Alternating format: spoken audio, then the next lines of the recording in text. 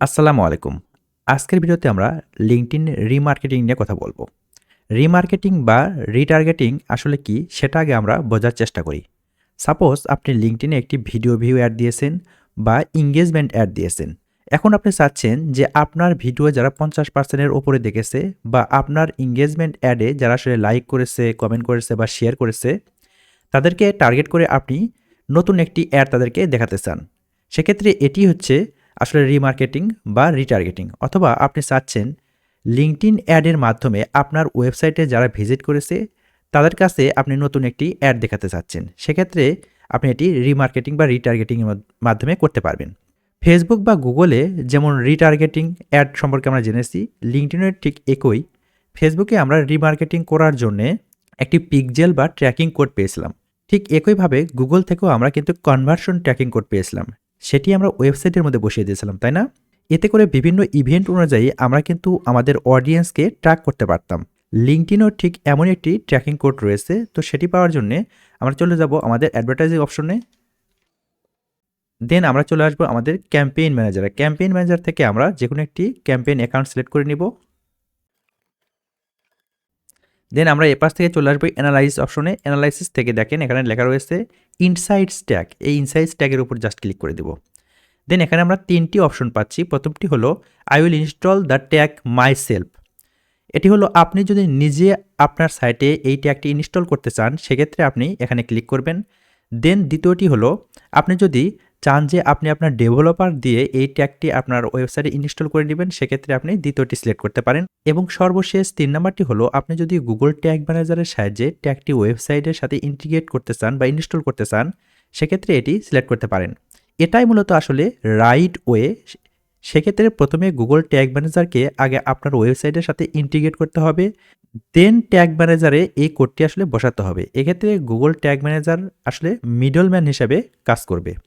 এতে করে এই জাভাস্ক্রিপ্ট কোড বসানোর জন্য আপনার ওয়েবসাইটের যে লোডিং টাইম বেশি হয় সেই প্রবলেমটা কিন্তু আর থাকবে না।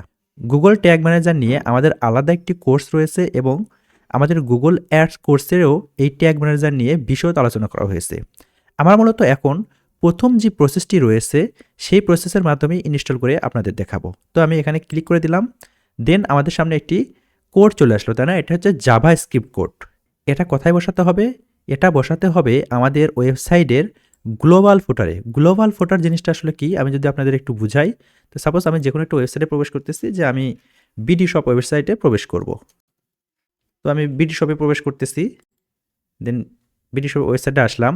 তো আমরা বিডি শপে আসার পর আমরা যদি একদম ফুটার অংশে চলে যাই, দেখেন এখানে কি রয়েছে, তাদের পেমেন্ট অপশন রয়েছে এবং তাদের আসলে থ্যাংক ইউ কিছু মেসেজ রয়েছে, তাই না? তো আমরা যদি নতুন একটি পেজে প্রবেশ করি, সাপোজ আমরা ইউটিউব গিয়ার্স থেকে মাইক্রোফোনে প্রবেশ করতেছি। আমরা এখন যদি একদম ফুটার অংশে চলে যাই, দেখেন এই অংশের কোনো চেঞ্জ নাই, তাই না? আমরা যে পেজেই প্রবেশ করি না কেন, আমরা যদি এখান থেকে বেস্ট সেলারে যাই, আমরা যদি নিচের দিকে যাই, দেখেন এই অংশের কোনো চেঞ্জ নেই আমাদের, তাই না? তো এটাই মূলত আসলে গ্লোবাল ফুটার। এবং এই গ্লোবাল ফুটারের কোথায় আমার এই কোডটি বসাতে হবে? এই কোডটি আমার বসাতে হবে যে HTML এর যে বডি ট্যাগ রয়েছে সেই বডি ট্যাগের ঠিক উপরে, right above the closing HTML body tag. HTML body ট্যাগের যে ক্লোজিং বডি ট্যাগ রয়েছে তার ঠিক উপরে আমার এই কোডটি কিন্তু বসায় দিতে হবে। তো আমি এখান থেকে জাস্ট ক্লিক করে দিব। আপনি ক্লিক করে দিলে এটা আসলে কপি হয়ে যাবে। দেন আমি আমার সাইটে চলে যাব। এখান থেকে ওয়ার্ডপ্রেস সাইট হলে আপনি খুব সহজে ইনস্টল করতে পারবেন। আপনি গুগল ট্যাগ ম্যানেজারের সাহায্যে এটি ইনস্টল করতে পারেন। তবে আমরা আমাদের গুগল ট্যাগ ম্যানেজার যে কোর্সটি রয়েছে বা আমাদের গুগল অ্যাডস যে কোর্সটি রয়েছে সেখানে আসলে গুগল ট্যাগ ম্যানেজার ব্যাপার নিয়ে আলোচনা করা হবে। যেহেতু এখানে শুধুমাত্র একটি কোডই বসানো হবে, সো আমি আসলে গুগল ট্যাগ ম্যানেজারের হেল্প এখানে নিচ্ছি না। তো এখান থেকে আমরা চলে যাব অ্যাপিয়ারেন্স এই অপশনে। দেন এখান থেকে থিম ফাইল এডিটর। একটু অপেক্ষা করুন, থিম ফাইল এডিটরে অনেক সময় একটু লোড নিয়ে থাকে। দেন অ্যাপিয়ারেন্স আসার পর এখান থেকে আমরা চলে যাব, ঠিক একটু নিচের দিকে গেলে দেখেন এখানে ফুটার অপশন পাবেন। দেখেন থিম ফুটার, জাস্ট থিম ফুটার উপর ক্লিক করে দেবেন। দেন আমাদের এই কোডটি বসাতে হবে কোথায়? আমাদের এই কোডটি বসাতে হবে আপনার যেখানে আমাদের বডি ট্যাগ আসলে ক্লোজ হয়েছে তার ঠিক উপরে বসাতে হবে, তাই না?